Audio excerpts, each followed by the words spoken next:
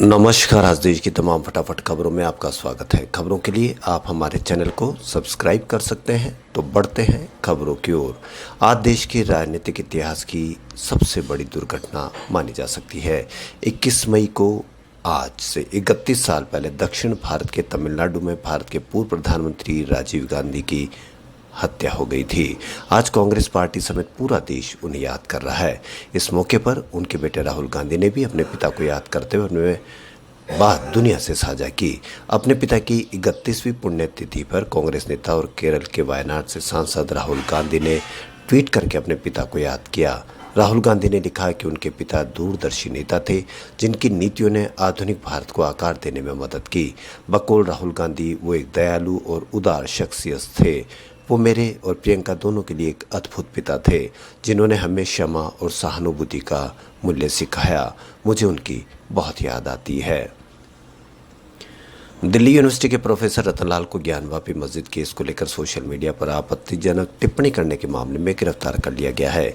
एक जानकारी के अनुसार दिल्ली पुलिस प्रोफेसर रतनलाल को कल कोर्ट में पेश कर सकती है। दिल्ली विश्वविद्यालय के प्रोफेसर डॉक्टर रतनलाल के खिलाफ दिल्ली पुलिस में शिकायत दर्ज हुई थी। ये शिकायत सुप्रीम कोर्ट के वकील विनीत जिंदल ने दर्ज कराई थी।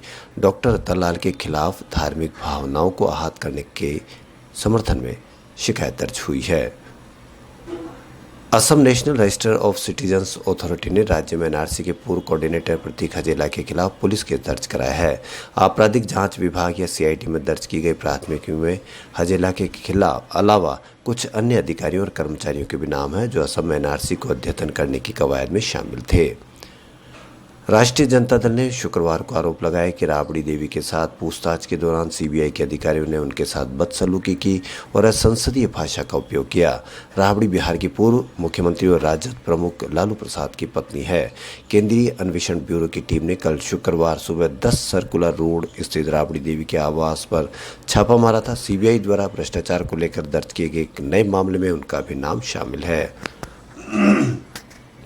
भारत तिब्बत सीमा पुलिस ने खूनी नाला रामबन जम्मू कश्मीर के पास सुरंग स्थल पर खोज और बचाव अभियान शुरू कर दिया है।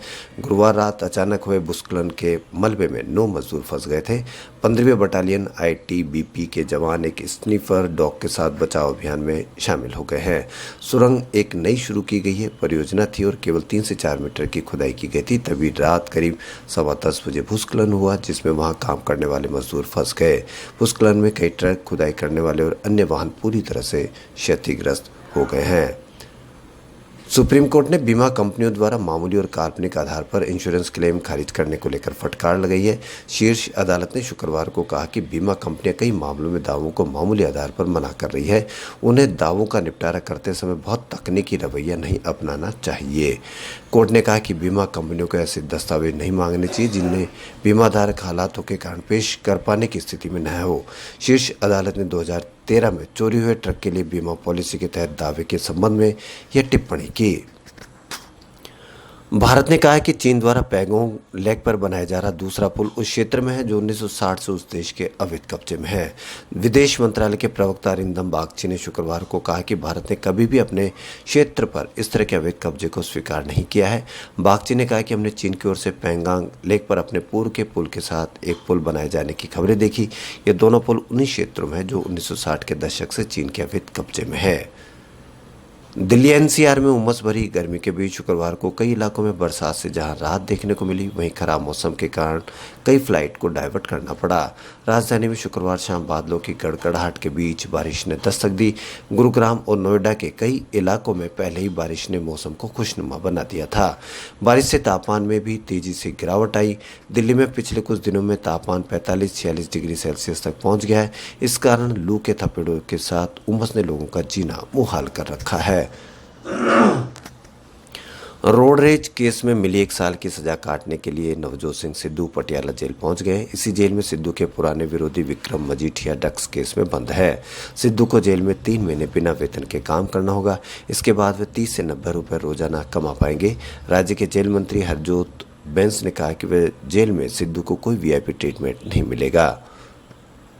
सीबीआई ने बिहार के पूर्व सीएम लालू प्रसाद यादव और उनके फैमिली मेंबर्स के 16 ठिकानों पर छापेमारी की। आरोप है कि 2004 से 2009 तक लालू के रेल मंत्री रहते रेलवे में नौकरी के बदले उम्मीदवारों से जमीन ली गई। पहले जमीन एक कंपनी को मिली और बाद में लालू के परिवार के लोगों के नाम ट्रांसफर कर दी गई। इस मामले में लालू, राबड़ी और उनकी 2 बेटियों पर एफआईआर की गई है। जर्मन कार कंपनी मर्सिडीज की एक कार 1100 करोड़ रुपए में नीलाम हुई। मर्सिडीज बेंच 300 एसएलआर मॉडल की स्पोर्ट्स कार 1955 में बनी थी। लुक्स और परफॉर्मेंस की वजह से ये काफ़ी मशहूर हुई थी। कारों के दीवाने इसे मोनालिसा ऑफ कोर्स कहते थे। रिपोर्ट्स के मुताबिक नीलामी में सिर्फ 10 लोगों को बुलाया गया था। अमेरिकन बिजनेसमैन डेविड मैकनील ने सबसे ऊंची बोली लगाई। चेन्नई को 5 विकेट से हराकर राजस्थान ने आईपीएल के प्लेऑफ में जगह बना ली। 24 मई को पहले क्वालिफायर में उसका मुकाबला गुजरात से होगा। चेन्नई ने पहले खेलते हुए 150 रन बनाए थे। इनमें अकेले मोइन अली ने 93 रन बनाए। जवाब में राजस्थान ने आसानी से टारगेट हासिल कर लिया। यशस्वी जायसवाल ने 59 और आर अश्विन ने 40 रन बनाए। तमिलनाडु में 12वीं के एक विद्यार्थी ने अपने क्लासमेट को मार डाला। मरने वाला छात्र आरोपी के चेहरे का मजाक उड़ाता था। दरअसल बॉडी शेमिंग वाले लोग स्ट्रेस और डिप्रेशन के शिकार होते हैं। इससे बॉडी डिस्मॉर्फिक डिसऑर्डर होता है। कई बार बॉडी शेमिंग का शिकार होने वाले लोगों में गुस्सा और डिप्रेशन का लेवल इस हद तक बढ़ जाता है कि वे खतरनाक कदम उठा लेते हैं। इंद्रप्रस्थ गैस लिमिटेड ने दिल्ली में कंप्रेस्ड नेचुरल गैस की कीमत 2 रुपये बढ़ाकर 75 रुपये 61 पैसे प्रति किलोग्राम कर दी। नोएडा, ग्रेटर नोएडा, गाजियाबाद में सीएनजी की कीमत अब 78 रुपये 17 पैसे प्रति किलोग्राम होगी, जबकि गुरुग्राम में इसकी कीमत 83 रुपये 94 पैसे प्रति किलोग्राम होगी। भारत में पानी यानी बहुत बड़ी समस्या, पीने के पानी और भी बड़ी समस्या बन गया है। आलम यह कि आधी आबादी पर खतरा मंडरा रहा है। 21 शहर, 200 से ज़्यादा जिले और करोड़ों लोग पानी के लिए जूझ रहे हैं।